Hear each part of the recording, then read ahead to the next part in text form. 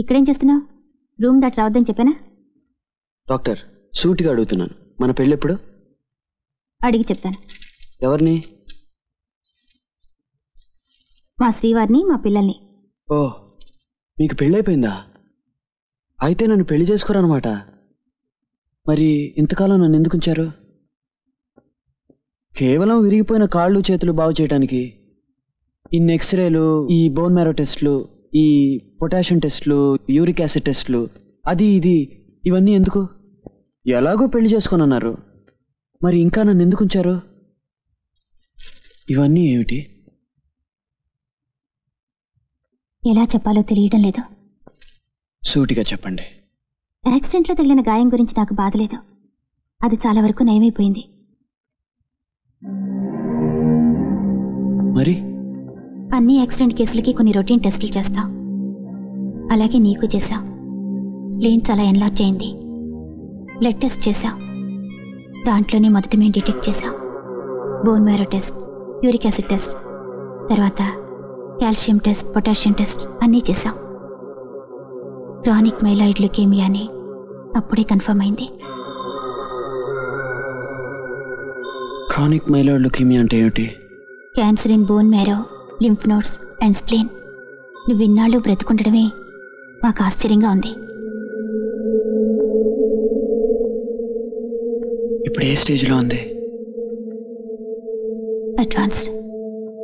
ఇంకా ఎన్ని రోజులు నీ శరీరం తట్టుకుంటుందో నేను చెప్పలేను.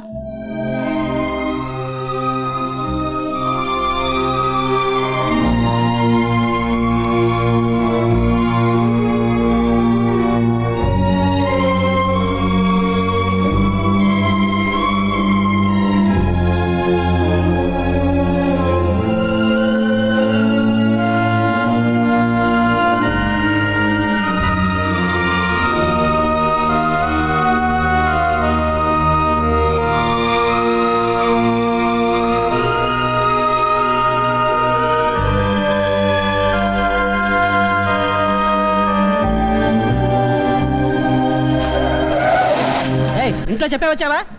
చావడానికి పుడుతుంటారు ఇలాంటి వాళ్ళు.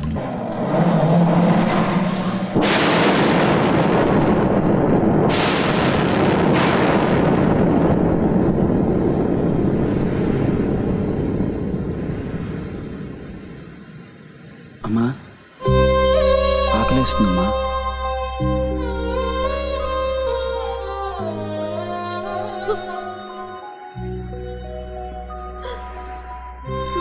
నాకు తెలుసమ్మా, డాక్టర్ గారు చెప్పారు.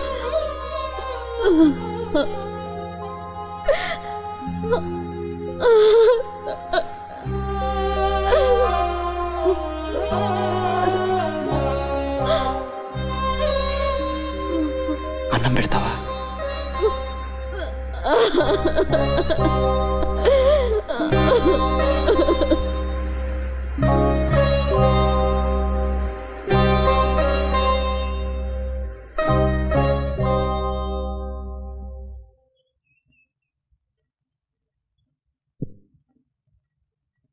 ఏమైంది బాబు?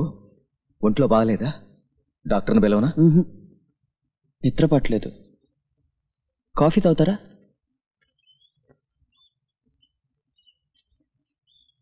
మీకెప్పుడైనా ఒంటరిగా ఉండాలనిపించిందా? నాకు అనిపిస్తుంది. ఉన్నట్టుండి ఒక అమ్మాయి వచ్చి నువ్వు 4 రోజుల్లో చచ్చిపోతావు అని చెప్తే తట్టుకోలేకపోయింది తెలుసా. అది అమ్మని చూస్తుంటే, మిమ్మల్ని చూస్తుంటే చాలా బాధగా ఉంది. ఇప్పుడే చచ్చిపోవాలనిపిస్తుంది.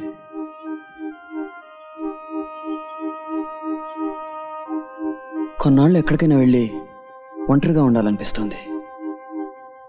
నాకు అర్థమైంది ఎక్కడికి వెళ్ళాలని. ఒంటరిగా ఎక్కడికైనా.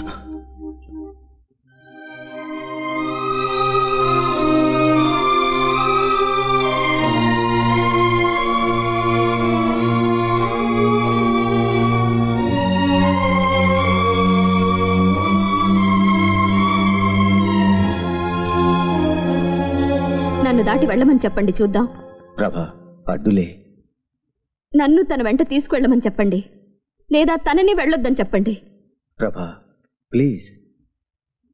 ఎలాగండి? వాణ్ణి ఈ పరిస్థితిలో ఒంటరిగా పంపించి నేను ఇక్కడ ఎలా ఉండగలను? అందుకే అక్కడ కూడా ట్రీట్మెంట్ కంటిన్యూ చేస్తానని ప్రామిస్ చేశాడు కదా. అయినా వాడు ఎలా ఉన్నాడో ఏమిటో తెలియక నేను ప్రాణాలతో ఎలా ఉండగలను? నేను ఉండలేను, బాబును పంపలేనండి. ప్రభా అమ్మా నన్ను చూడు, నీకున్నది ఒక్కగానొక్క కొడుకు, వాడు చావబోతున్నాడు. నీ బాధ నాకు అర్థమైంది, కానీ నా బాధను కూడా కొంచెం నువ్వు అర్థం చేసుకో అమ్మా.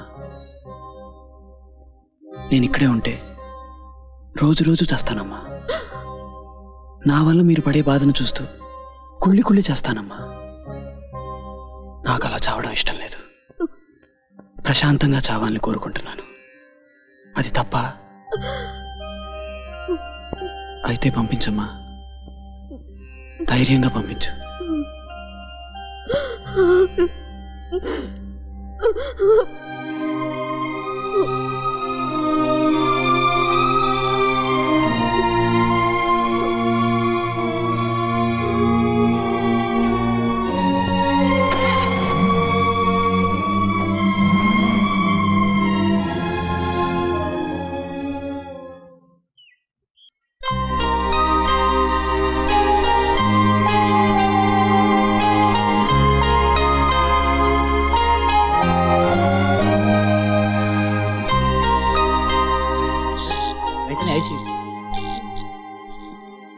ఏమ్మా అవునారా?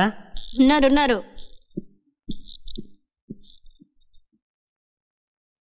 నాన్నమ్మ, నువ్వు వయసులో ఉన్నప్పుడు ఎవరినైనా ప్రేమించావా? ఏమిటే నీకేమన్నా పిచ్చా? ప్రేమించావా? గట్టిగా రాకే, పరువు పోతుంది. కాదు, ప్రేమించి ఏదైనా అయిందనుకో దేవదాసులు అయిపోతారా? నోరు మూసుకో. లేదు నాన్నమ్మ, నిన్న ఒక అతన్ని చూశాను, ప్రేమలో ఫట్ అనుకుంటాను. పాపం గడ్డం పెంచుకుని నీలాగా శాలువా కప్పుకుని చుక్కలు లెక్క పెట్టుకుంటూ పాడుకుంటున్నాడు. నువ్వెప్పుడైనా అలా పాడావా? చి పోవే. నిజంగానే పాడాడు నాన్నమ్మ, నమ్మవా? నేను ఆ పాట పాడి చూపించినా? ఆమని పాడవే హాయిగా, మూగవై పోకు ఈ వేళ, రాలేటి పూల రాగాలతో పూసేటి పూల గంధాల.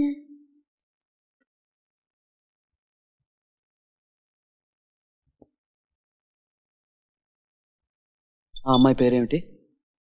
గీతాంజలి, డాక్టర్ శర్మ గారు అమ్మాయి. నాన్నమ్మ, దేవదాస్. ఎవరు? అదే గడ్డం సాలువా చుక్కలు వస్తున్నాడు. గీత,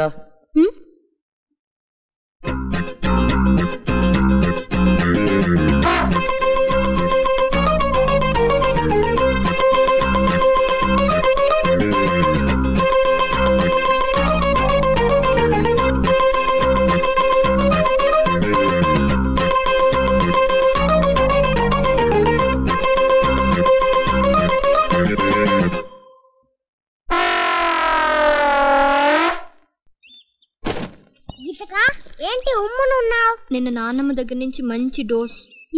ఎందుకని? ఆ దేవదాస్ లేడు, వాడిలా పాడి చూపిస్తుంటే ఎదురుగా కనిపించాడు. నేరుగా వచ్చి టక్కున బుగ్గను ముద్దెట్టేసిపోయాడు. నిజంగా నే పాడుండాల్సిందే. నానమ్మ ముందే ముద్దెట్టుకున్నాడు అంతే. ఇహ ముసలామ మొదలెట్టింది చూడు. వాడెవడు నీకెలా తెలుసు, ఎప్పటి నుంచి పరిచయం, అది ముద్దు పెట్టుకునేదాకా వచ్చిందనమాట అంటూ చెడా మడా తిట్టేసింది, ప్రాణం తీసేసింది.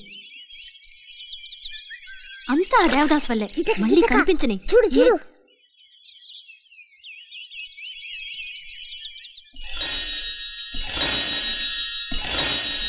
ఇప్పుడు చూడు తమాషా.